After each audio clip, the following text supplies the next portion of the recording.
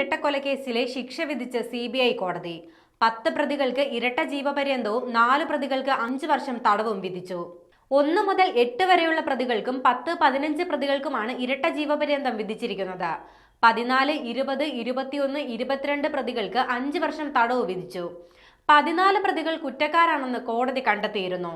കൊലപാതകത്തിന്റെ മുഖ്യ ആസൂത്രകനും CPIM local committee മുൻ അംഗവുമായ A. പീതാംബരനും ഉദുമ മുൻ MLA KV കുഞ്ഞിരാമനും ഉൾപ്പെടെയുള്ളവരാണ് കുറ്റക്കാർ. പീതാംബരൻ, സജി ജോർജ്, സുരേഷ്, അനിൽകുമാർ, ജിജിൻ, ശ്രീരാഗ്, അശ്വിൻ, സുബീഷ്, രഞ്ജിത്ത് T, സുരേന്ദ്രൻ എന്നീ പ്രതികൾക്കാണ് ഇരട്ട ജീവപര്യന്തവും 2 ലക്ഷം രൂപ പിഴയും വിധിച്ചത്. AM മണികണ്ഠൻ, KV കുഞ്ഞിരാമൻ, രാഘവൻ, ഭാസ്കരൻ എന്നിവർക്കാണ് 5 വർഷം തടവും 10,000 രൂപ പിഴയും വിധിച്ചത്.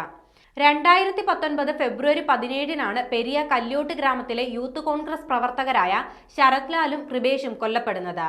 6 വർഷമായി നടത്തിയ നിയമ പോരാട്ടത്തിനൊടുവിലാണ് പെരിയ ഇരട്ടക്കൊലപാതക കേസിൽ കൊച്ചി CBI കോടതി വിധി പറഞ്ഞത്.